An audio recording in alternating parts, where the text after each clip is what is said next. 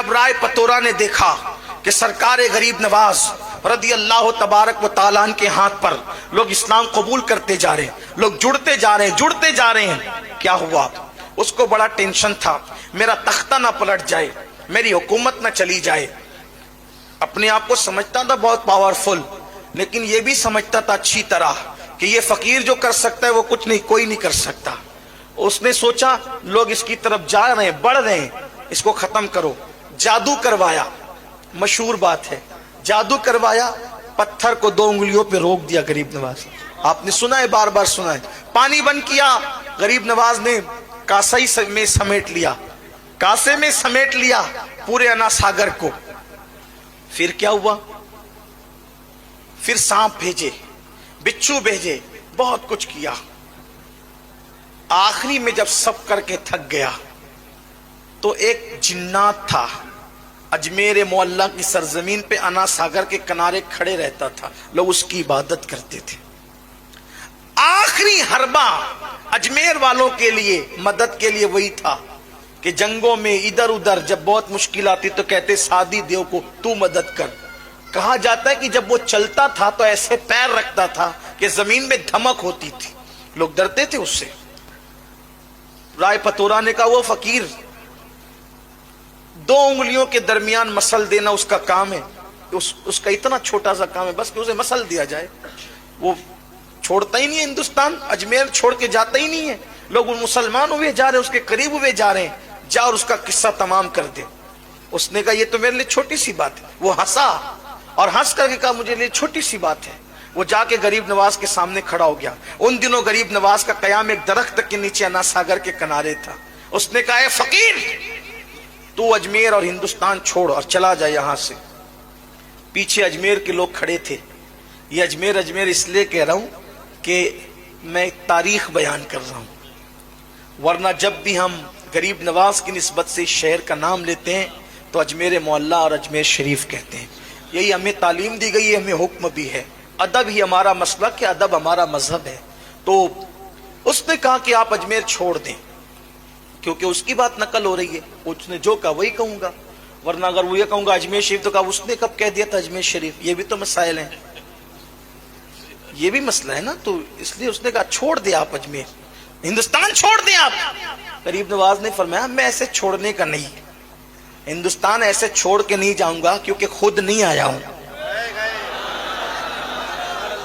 हिंदुस्तान, अगर हिंदुस्तान छुड़वाने का ख्वाब है शादी दो, ओ शादी दो, अगर तू चाहता है कि हिंदुस्तान से हमें निकाले तो गरीब नवाज का जवाब है मैं खुद नहीं आया, मुझे मदीने की सरकार ने भेजा है।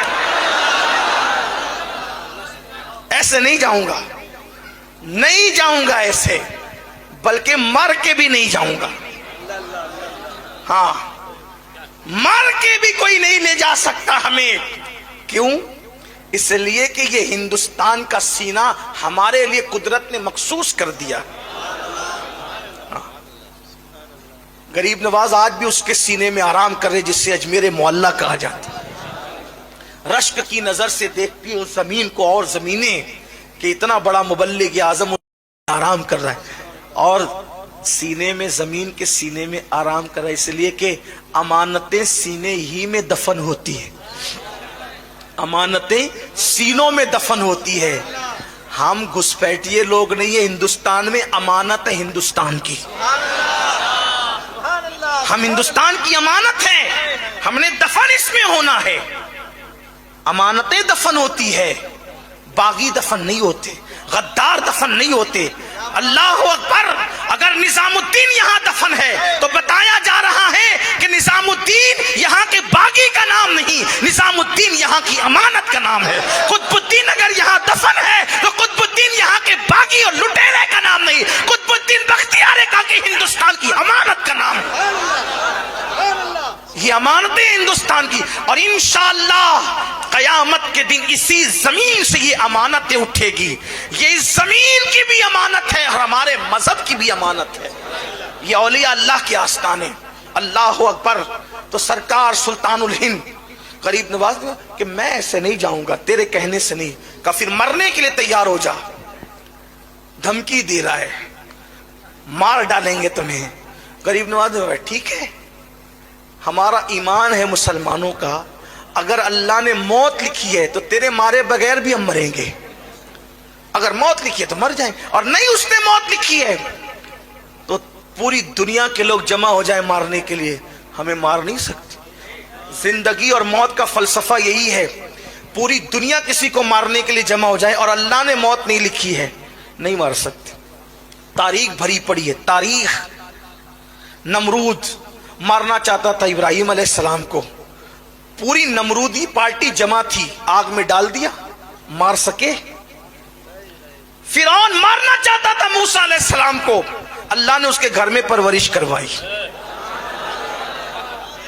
دیکھو تو صحیح, لیکن کوئی بنے تو صحیح مسلمان, کوئی آئے تو صحیح اسلام کی طرف, کوئی آئے تو صحیح قرآن کی طرف, کوئی آئے تو صحیح مذہب کی طرف, کوئی آئے تو صحیح مسلک کی طرف. اللہ اکبر. وہ یقین پختہ کرو, جس دن مسلمانوں اپنا یقین اللہ پر پختہ ہو گیا اس دن مارنے والے پالنے پر مجبور ہوں گے, لیکن ہمیں اپنا یقین پختہ کرنا ہوگا. سرکار غریب نواز نے فرمایا تو نہیں مار سکتا مجھے, میرے اللہ نے اگر میری موت نہیں لکھی تو تو نہیں مار سکتا مجھے. اور پھر آپ نے اس پر ایک حملہ خود کیا, فرمایا کیوں نقصان اٹھاتا ہے, نقصان کیوں اٹھاتا ہے, تو بھی کلمہ پڑھ مسلمان ہو,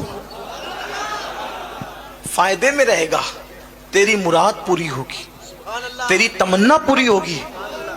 پیچھے لوگ کھڑے تھے, اب اگر جو لوگوں کا خدا بن کے کھڑا ہو اور کوئی اس کو کہے کہ تیری بھی مراد پوری ہوگی, جو لوگوں کی مرادیں جو ہے وہ باتیں کرتا ہے پوری کرنے کی, اگر اس کی مراد کی بات کی جائے تو اس کو شرمندگی نہیں ہوگی.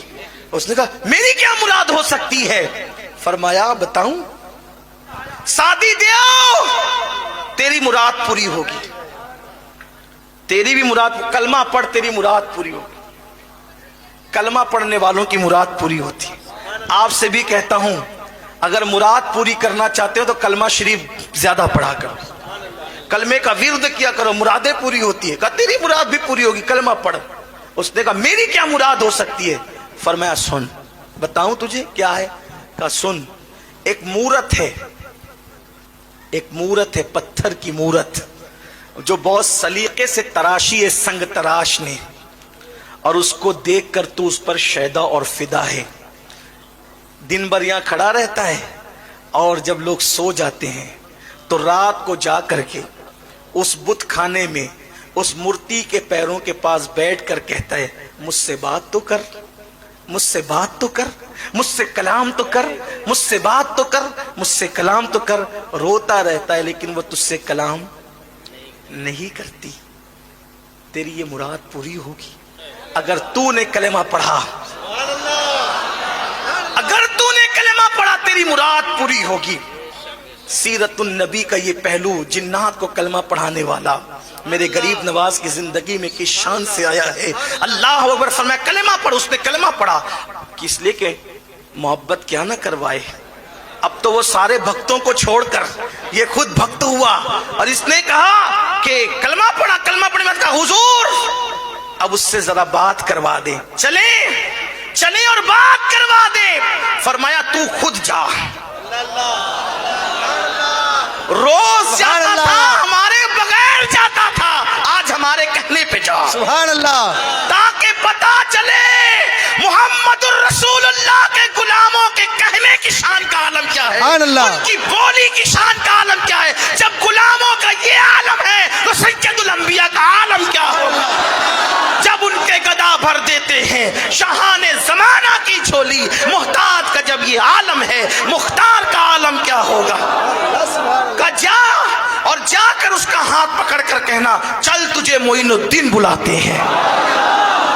جا کر کہنا چل تجھے معین الدین بلاتے ہیں. ہاتھ پکڑ کر کہا چل تجھے معین الدین بلاتے ہیں, وہ حقیقت میں چلنا شروع کر دیتا.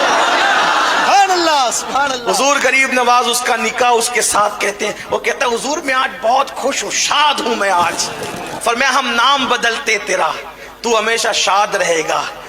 تو شادی تھا اب تک, اب تو ہو گیا شادی. شادی کر کے تو شادی ہو گیا، تیرا نام اب تو شادی ہے، تو ہمیشہ شاد رہے گا، شاد رہے گا، یعنی تو آباد رہے گا، خوش رہے گا۔ اس طرح اس کو کلمہ پڑھایا، اس کو خوشیاں عطا کی۔ یہ غریب نواز